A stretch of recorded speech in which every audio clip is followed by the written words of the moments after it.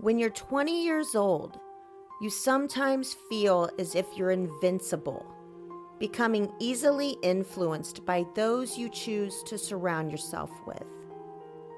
You feel like the people around you are your people, and when addiction plays a role in your everyday life, you may lean more on those who you feel are fighting the same fight. The ones that know what it's like to need what you need so badly. And the ones who know how it feels to have your world turned upside down by something that is holding on to you so tight, it feels as if it will never let go. For 20-year-old Layla Santanello, her 2-year-old daughter Nova was her entire world. But her fight with addiction was so much bigger, and the love she had for her little girl was no match for the path her addiction was leading her to. This is the case of Layla Santanello, and this is Gone in a Blink.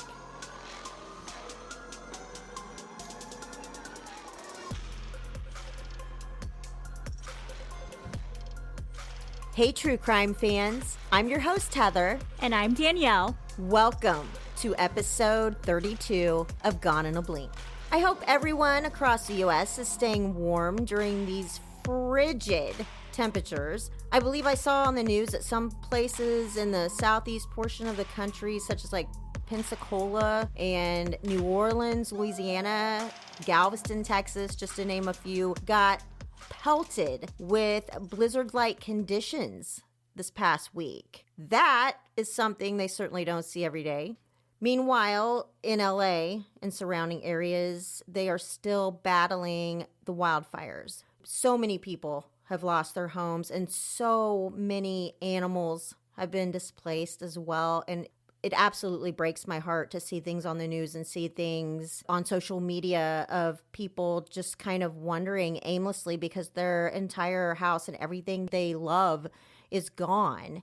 And you see animals that are roaming around, they can't find their owners. It's just absolutely heartbreaking. And our hearts do go out to everyone who has been affected by these fires. You know, what I see on social media a lot, that they're reporting on all of the movie stars that had lost their homes. But I think that we need to remember as well, of course, the animals, but also that there was people that had houses up there that were not as well-to-do as some of these movie stars, cameramen, maybe producers just starting out. I want to recognize those people as well, because anybody to lose their home in a fire, it's just so devastating. And of course, pets, losing pets. I've seen wildlife trying to escape, but having no place to go. I also want to thank so much the people that have volunteered to help out. I know several content creators that have went out to LA and are giving out meals, clothing, also to animal shelters that are taking in some of these animals, even wildlife that they're taking in to try to shield from these fires. Yeah, I've seen a lot of that as well. And I know, like you said, there are a lot of content creators. There are a lot of people that are selling things like shirts with California Relief to raise money to help with animal shelters that are completely overwhelmed, or to help with helping feed people, or people that own Airbnbs are renting that out for nothing, actually, just letting people stay there for so many days. And it's really brought together the community, everyone helping everyone. Now, there are people, I have heard reports of people that are taking advantage, and actually some people are looting houses that have been impacted by the fire. And I know that you pretty much see that type of thing anywhere.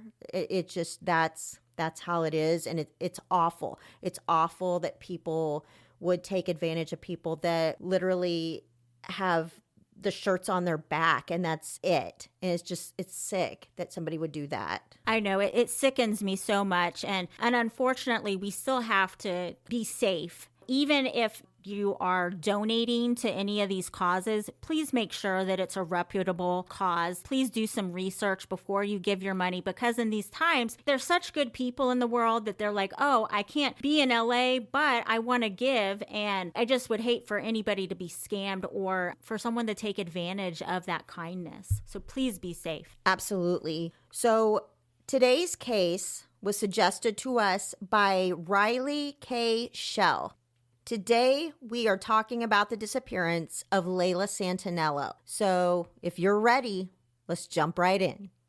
Layla Marie Santanello was born on August 5th, 2002 in the Neptune Township area of New Jersey to parents George Emmett and Jennifer Santanello. 3 months later, George and Jennifer eventually split up, and Layla and her mother moved in with her maternal grandparents. Layla spent quite a bit of time with her grandparents and therefore had formed a close bond with them. Her mother began working nights as a waitress, and so Layla would pretty much spend her evenings hanging out with her grandparents. By March of 2005, Jennifer decided to take Layla and move to Florida to be closer to her new boyfriend. Jennifer's new boyfriend played a significant role in helping to raise Layla. Less than 1 year later, Jennifer would give birth to Layla's little brother, whom they named Robbie. Soon after Robbie was born, the four would pack up and move again, this time to Tennessee to be closer to Jennifer's boyfriend's family. Layla would split her time between her mom's house and going back to New Jersey to spend time with her dad and his parents. Layla would again become a big sister to another baby brother by the name of Elijah, and she was just over the moon with excitement. Layla was described by her mother as being a sassy, strong, independent light. She was also described by many as being an extremely creative and talented artist. She delved into art camps and drama clubs and had a passion for music and theater. Aside from Layla's creative side, she was also very independent and strong-willed. Layla would sometimes show a rebellious side growing up. However, by the time she turned 17, she really started trying to get her life on track. She graduated from high school early and got a job to start trying to make her own money. By December of 2018, Layla's father, George, met a woman by the name of Brittany Zietler, and by 2019, Brittany and George decided to get married. Layla was unsure of Brittany in the beginning because of past letdowns and things like that, but over time, the two formed an inseparable bond. Then, in April 2021, at the age of 18, Layla became a mother to a little girl of her own that she named Nova Grace. After it was discovered that the child's father was not going to be in the picture, Layla and her family rallied around young Nova and really made sure that she had everything she needed and that she knew how much she is loved. About 1 year before Layla's disappearance, she started suffering from postpartum depression as well as the loss of her grandfather. This ended up leading to a battle with addiction. Initially, Layla was completely against drugs of any kind, and she was quite vocal about it also. She would try to help her boyfriend Michael detox, and she felt as if this was bringing the two of them closer together. Instead, Layla spiraled into her own addiction, and despite her mother's efforts to get help, Layla always refused with the belief that she could control the addiction herself. So not only did she begin battling her own addiction issues, she was also trying to help Michael battle those issues that he was having as well. So before Layla's disappearance, Layla and her boyfriend Michael were living together. However, their relationship was pretty strained. Layla had been couch surfing at different friends' houses while trying to distance herself from Michael and still fight the battle of her heroin and fentanyl addiction. On the night of June 25th, 2023, witnesses claimed to have seen Layla at the AmeriCorp Motel at 1900 American Way in Kingsport, Tennessee. On June 26, 2023, witnesses observed Layla going door to door at the same motel. She appeared frantic, but refused help from anyone offering her assistance. In the late morning hours of June 26th, Layla had an altercation with an unknown person. She was reported to have an argument with motel staff who had asked her to leave due to her erratic behavior. Layla then ran to a nearby tree line around midday. The following morning, Layla was spotted in the early morning hours of June 27th at approximately 6:15 a.m. in a field next to the AmeriCorp Motel. There is also a warehouse located on the property, and according to about 5 witnesses that were employed by the warehouse, Layla looked as if she had spent the night in the field. Now, it is important to note that according to Jennifer Santanello, it was discovered that Layla had spent the night at a homeless encampment that was located in the woods behind the AmeriCorp Motel. She asked one of the employees for a cigarette before walking onto what is referred to as the Green Belt. And the Green Belt is a local path used for walking and biking and running and things of that nature. She then took off into an unknown direction.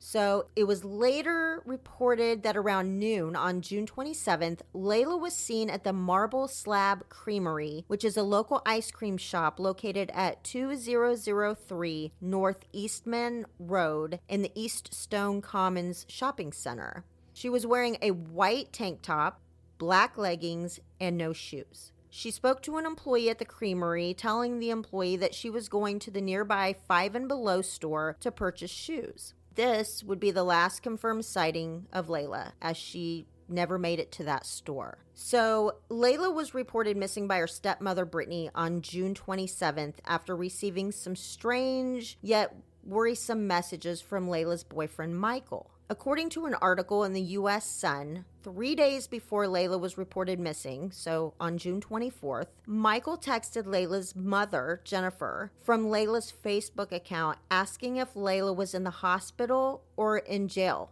because he had no idea where she was. Then later that same night, Layla appeared to have messaged her mother, Jennifer, from the same Facebook account. The message said, "I'm fine, Mom. I've been with a friend. I don't have a phone to text or call. I'm using someone else's." Jennifer replied, "Okay, I love you." To which Layla replied, "I love you so much more." This was Layla's final message. Now, that final message, is that something, do we know that Jennifer and her daughter would share that saying specific, or could that have been somebody else? Actually, we don't know that wasn't someone else. There were no reports that insinuated that that was something that they commonly said when they were messaging or anything like that. So I don't think that she really had any reason to believe that it wasn't her. And, I'm not sure what to make of those messages at all. I mean, could they have been someone else messaging Layla's mother to make her believe that Layla was okay when in fact she was not? I mean, that's definitely a possibility. Or maybe that really was her, and her disappearance was merely due to someone taking advantage of her vulnerable state of mind, which is a very good possibility as well. I guess what I was thinking on the lines of that this message came from somebody else's phone, and maybe we haven't got that far yet if we've figured out whose phone, and then just kind of the cryptic messages from her boyfriend that honestly made me believe there could be foul play. Yeah, I mean, obviously hindsight's 2020. So what we do know now, looking back, it makes you wonder, yeah, that's a great possibility that was not even her, because that was not her phone, although she could have been using someone else's. So multiple agencies took part in the search efforts, walking the Greenbelt Trail with K9 units and searching the surrounding areas on foot as well as with drones. However, the search efforts turned up nothing. Layla's father, George, and her stepmother, Brittany, made numerous trips to Kingsport from out of state to help with the search.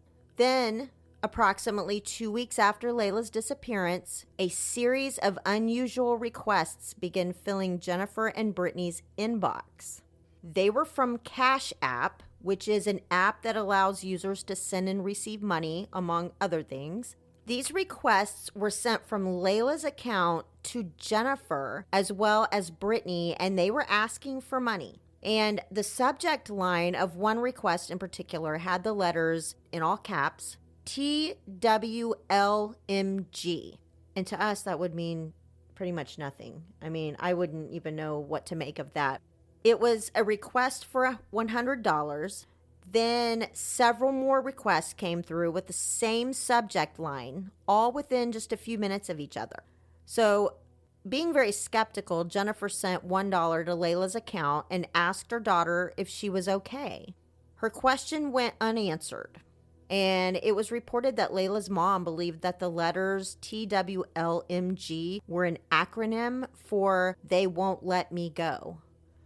I don't know what made her come to that conclusion. I mean, that fits, but you'd really have to sit there and think. I mean, I don't know. I don't know if that's far-fetched or not, but there could have been something to give her that idea that it could even be something so cryptic like that. But what it's sounding like, that's a mother trying to figure it out, that she probably has a lot of time to try to kryptonize or decryptonize those letters, because, I'm sure that that's just whirling in her head of what happened to my daughter. And to get something like that, I guess I think, like, oh, somebody has gotten a hold of Layla's account and that they're trying to get money.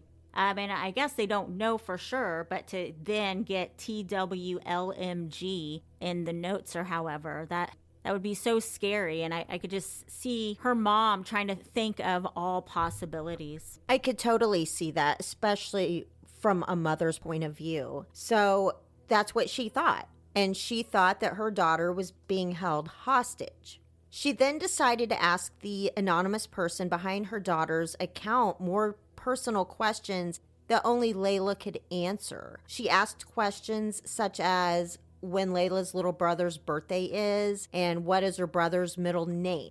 The person on the other end of the messages would not respond to any of it. It was at this point that Jennifer felt that something was terribly wrong, and so she contacted the police. Throughout the next several weeks, Jennifer and Brittany continued to receive messages, and this time they were far more threatening. One request in particular was for $95, and the caption read, "For 15 minutes or you'll find her in pieces." Eventually, police were able to access Layla's Cash App, where they tracked the requests to none other than Layla's boyfriend, Michael. It was reported that Layla's stepmother, Brittany, had suspected that Michael was behind the requests for several weeks prior and that she confronted him about the requests. He adamantly denied doing it. However, Brittany told him that she was not mad about it and that she knew that he did it out of desperation, as any addict would have. So obviously, Layla's stepmother knows a side of Michael that most people probably do not. I feel like for most people, myself included, this would have raised a huge red flag for me. I would probably not have been as understanding as Brittany was, and I am trying to keep an open mind here because I don't know Michael. And just because he's battling addiction does not mean that he is a killer. So I really want to make that clear. I guess I just feel that his actions, only a couple of weeks after his girlfriend went missing, kind of says a lot to me anyway. No, I definitely agree. An addiction is hard. And I'm wondering if Brittany sees another side of Michael to where it sounds like she's trying to keep an open mind. We never know, maybe she's dealt with addiction before and can kind of see it from that point of view, that she's a little more understanding. But unfortunately, it does seem like at this moment, a lot of the signs are pointing to Michael and foul play all through his addiction. Now, we don't know, right? I mean, you are exactly right. Just because somebody is addicted to something does not make them a killer. Unfortunately, with addiction, whether that's stealing from someone, you hear that a lot, or going to whatever lengths it can take to get that next high, that is something that you see a lot of as well. Now, I would be interested to see, if there are any other suspects. As of right now, police are not saying that there are any suspects, but police are saying that they have a pretty good idea of who they think it is. So I don't know, maybe there are technically suspects that are not being released. The names are not being released. It was also reported that just days before Layla disappeared, Layla and Michael had been in an argument because she had started seeing another man. And that is really why she had been staying at friends' houses and eventually ended up at the AmeriCorps Motel before her disappearance. So her and Michael were already having issues. And I think she was trying to get clean. She had spent time trying to get him clean as well. And I think it sounds like she was trying to possibly better her life, but she was held under by this addiction to heroin and fentanyl. And I don't know what Michael's addiction was to, but I do know that drugs will make you do things that you would not normally do. And so it makes me wonder if something happened under the influence, and whether it was an accident or not, it happened, and now maybe he's trying to save his own ass. And that's a very real possibility.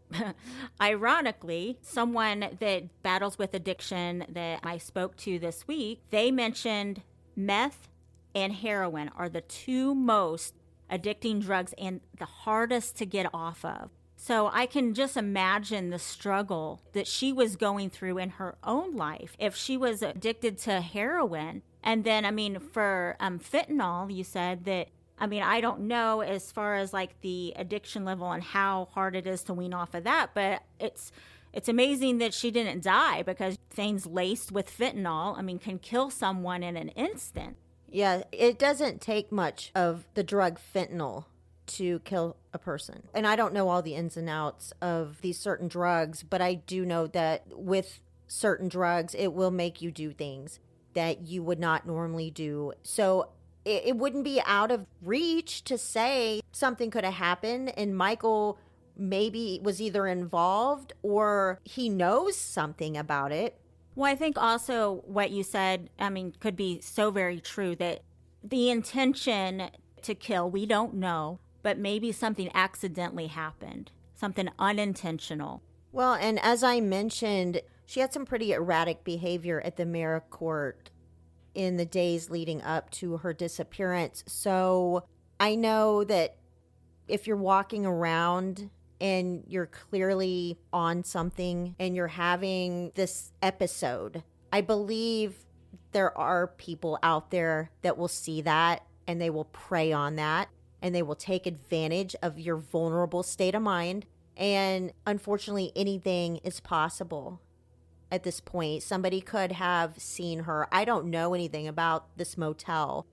So many people saw her acting erratically at the AmeriCorps, and a lot of people tried to help her, but she refused help. And probably because she was having one of these episodes, it sounded like she was paranoid, very paranoid too. So somebody could have seen that, and instead of helping her, decided that they were going to go take advantage. Yeah, didn't you mention that she was knocking on several doors at the AmeriCorps? And I wonder, when they would open the door, was she just not making sense, or would she... I'm trying to get the reasoning that she's knocking on these doors, but then when people offered the help, she wouldn't accept the help. There weren't any reports about what exactly was being said and if she was rambling or not making any sense, but she was in a very distressed state of mind.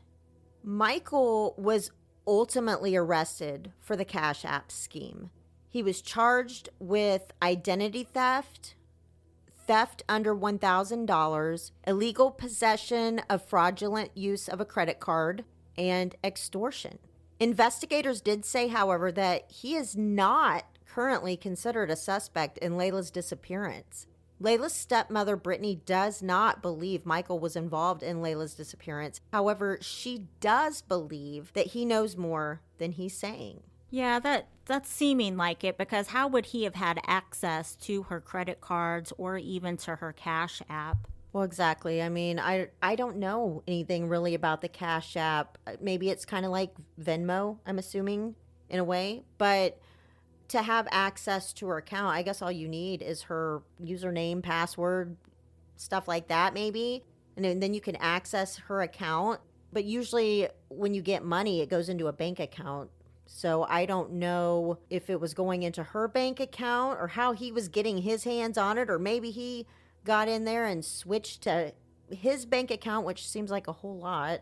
I don't know. I really don't know how he got any money. Maybe he didn't get any money. Well, so it sounds like he was trying to get money, and for him to be charged and arrested, he had to have got something, maybe from the credit card.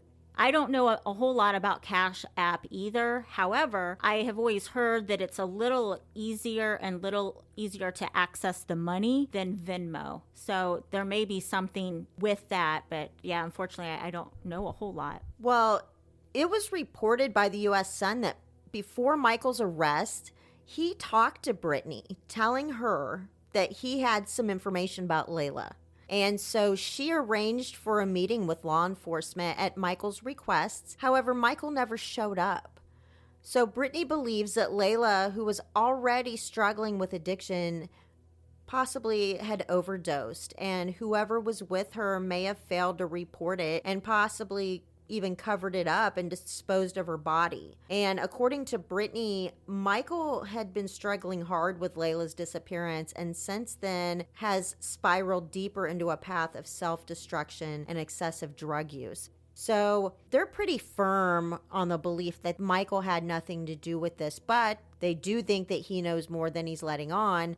And the only thing I could think of as to why anyone would have more information than they're letting on is because they played some sort of part in either something happening to her or disposing of her to cover it up. I mean, how do you feel about that? If you've got information and you have nothing on you because you didn't do anything, why would you not go to the police and tell them what you know unless you thought that you were going down for something? Well, and how you mentioned earlier that one of the messages on the Cash App says that, and you may have to remind me a little bit, I believe you said you would find her in pieces, that would be pretty damning. So they know that Michael was the one that had control of the Cash App, but then to make a comment like that, it's almost like he was trying to make it look like a ransom almost. Oh, I definitely felt that way too. I felt like it's a form of intimidation, extortion is what he's being charged with,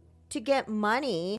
But I don't know if it was a situation where he was saying, if you give me this money, I will tell you where Layla is. It didn't really go in depth from all the things that I found on how far he took it. But it was threatening. He was threatening. So it sounded more like, if you don't give me this money, I'm going to kill her.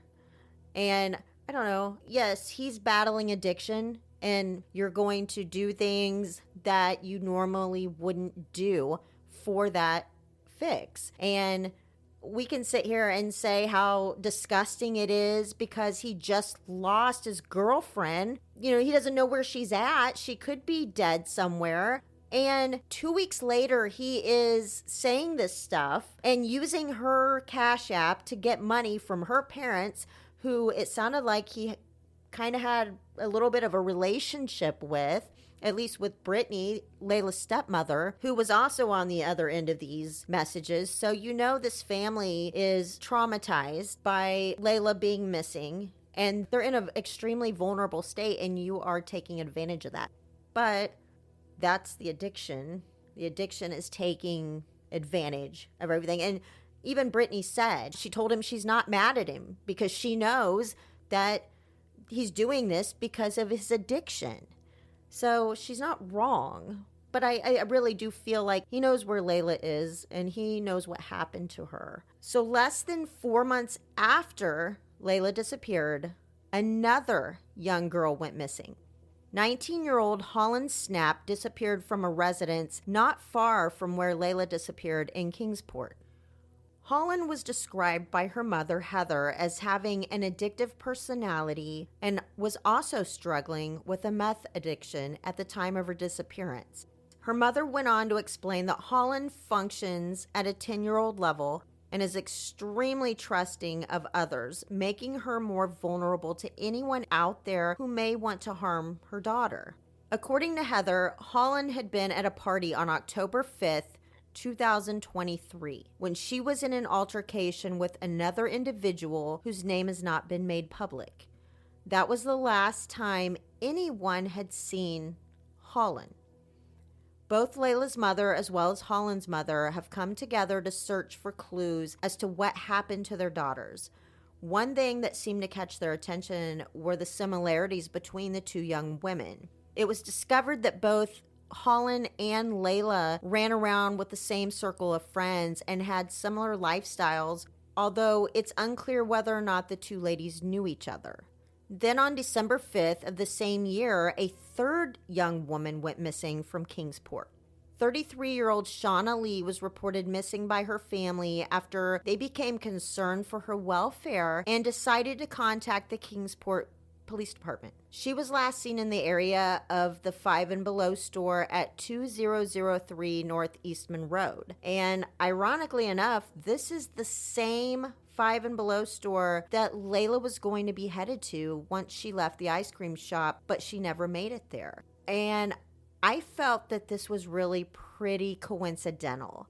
Kingsport isn't that small of a town. And according to the U.S. Census Bureau, in July of 2023, it had a population of just under 57,000 people. So it's just a bit strange to me that the Five and Below store would be mentioned in both disappearances.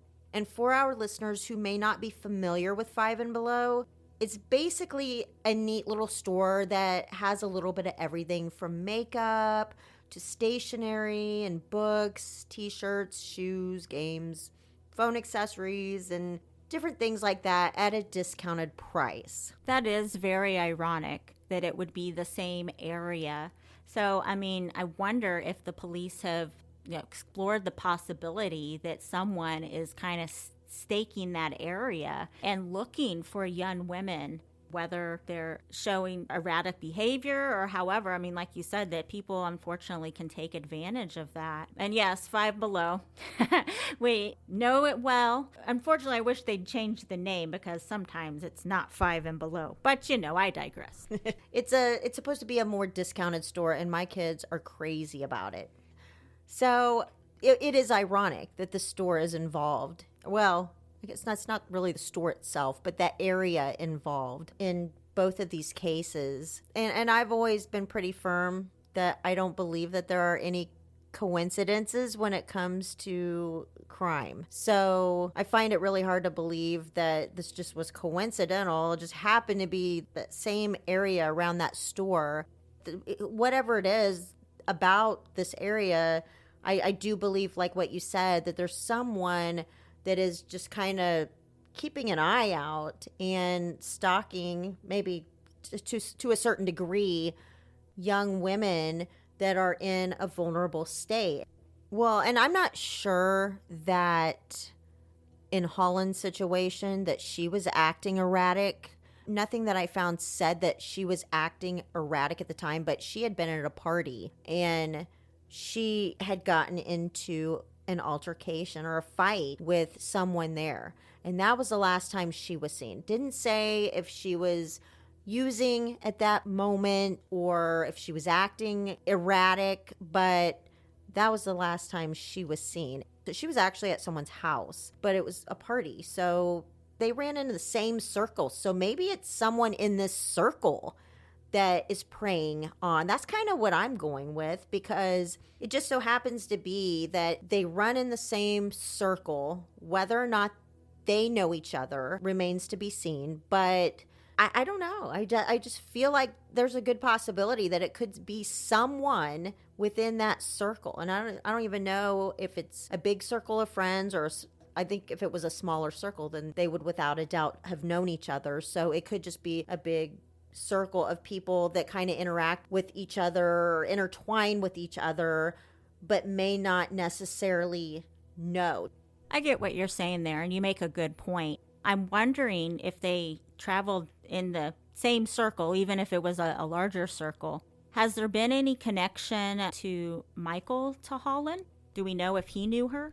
There hasn't been any mention of whether or not Michael knew her. That's a very good question, though. I'd like to know that one. Police are looking into the 3 missing person cases to see if they are connected in any way. So Shauna's case and Layla's case have that common factor in there, which is the 5 and below. But Layla and Holland were the 2 that ran with the same circle of friends. So it is easy to get confused.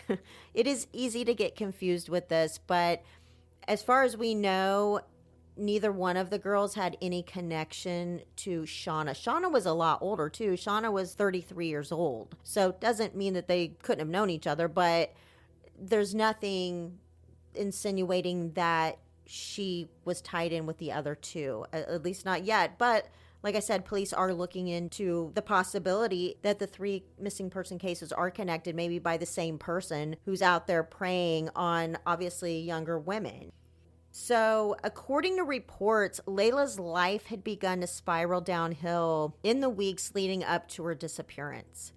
2 weeks before Layla was last seen, she had lost temporary custody of her 2-year-old daughter, Nova. Her next family court date was set for June 28th, 2 days after she was reported missing. In the days leading up to her disappearance, Layla was in the process of trying to cut ties from her boyfriend, Michael. Layla's family believes she had met a new man, and although this man's name has not been mentioned, he had been trying to take care of Layla by letting her stay with him a few times at his house before her disappearance. Friends and family of Layla Santanello started a program designed to help others in similar situations called Layla's Hope. Layla's aunt, Stacy Morgan, is the executive director of the program, which is an active part of the Mental Health Transformation Alliance, an alliance that aims to help families and young adults with disabilities. Stacy says that their goal is to connect families and young adults with the proper resources. Their mission is to ensure that missing, runaway, homeless, and street youth/young adults who have been subjected to or are at risk of being subjected to sexual abuse, human trafficking, or sexual exploitation, and their families have access to resources and support that rebuild connections and develop a sense of safety, hope, and leadership. And I will post a link to the Facebook page for Layla's Hope on our Facebook page. Layla's family believe that her disappearance could be drug-related, and they are asking for the public's help in locating her. Layla Santanello is a white female with blonde hair and brown eyes. She is 4 foot, 10 inches tall, and weighs approximately 135 pounds. She has multiple tattoos, including Roman numerals on her collarbone and her daughter's name, Nova Grace, on her left forearm. Layla's mother, Jennifer, has hired a private investigator to help work on her daughter's case. If you have any information on the whereabouts of Layla Santanello, please contact the TBI at 1-800-TBI-FIND or the Kingsport Police Department at area code 423-343-9780. In addition, Layla's mother, Jennifer, has hired a private investigator to help with Layla's case. A tip line has been set up at area code 423-212-5804, and you can remain completely anonymous. Holland Snap was 19 years old at the time of her disappearance and would be 20 years old today. She is 4 foot, 8 inches tall, and weighs approximately 90 pounds with brown hair and hazel eyes. If you have any information in Holland's disappearance, you are urged to contact Detective Anthony Stevens at area code 432-279-7330 or private investigator Steve Fisher at area code 877-619-9890. Both Layla and Holland are now classified as missing and endangered. Private investigator Steve Fisher is working both cases of Layla and Holland, and he has been working tirelessly to explore the possibility of any connection between the two disappearances. Shauna Lee is a 33-year-old white female with black hair and brown eyes. She is approximately 5 foot 8 inches tall and weighs approximately 140 pounds. Anyone with information on the whereabouts of Shauna is urged to call the KPD Criminal Investigations Division at area code 423-229-9429 or the Kingsport Central Dispatch at area code 423-246-9780. 9111. Thank you for listening to another episode of Gone in a Blink. I want to say thank you again to Riley for suggesting this case. Our hearts go out to the families, and we pray that the right person comes forward with information leading to their safe return. If you like our show, please consider giving us a 5-star review on Apple Podcasts. And to get the latest updates on the cases we cover, follow us on any of our social media sites. You can follow us on Facebook at Gone in a Blink or on Instagram at Gone in a Blink Pod.